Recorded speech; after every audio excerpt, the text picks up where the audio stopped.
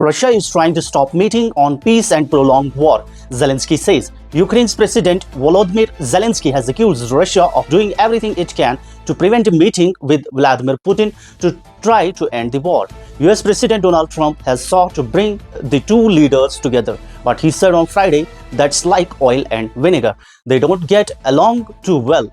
Russian Foreign Minister Sergei Lavrov said Putin was ready to meet Ukraine's leader when the agenda is ready for a summit, and this agenda is not ready at all, accusing Zelensky of saying no to everything. After an intensive week of diplomacy in which Trump first met Putin in Alaska and then Zelensky with European leaders in Washington, the US president said the war was turning out to be the most difficult he had tried to stop. Trump said after a call with the Russian leader on Monday that he had begun arrangements for a Putin-Zelensky summit that he would join afterwards. Ukraine's president has backed the move, but he has sought security guarantees from Western allies to prevent any future Russian attack in the event of a peace deal. Ukraine, unlike Russia, is not afraid of any meetings between leaders.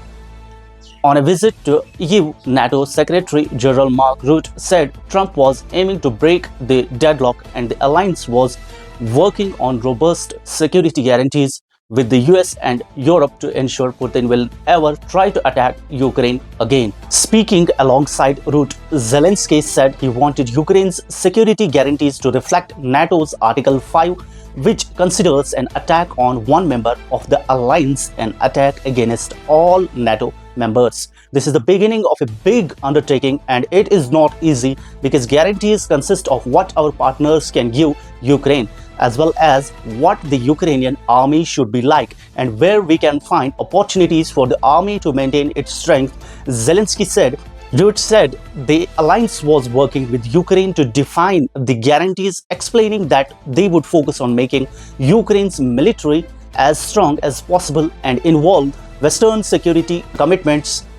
It was too early to exactly say what will be the outcome, he added.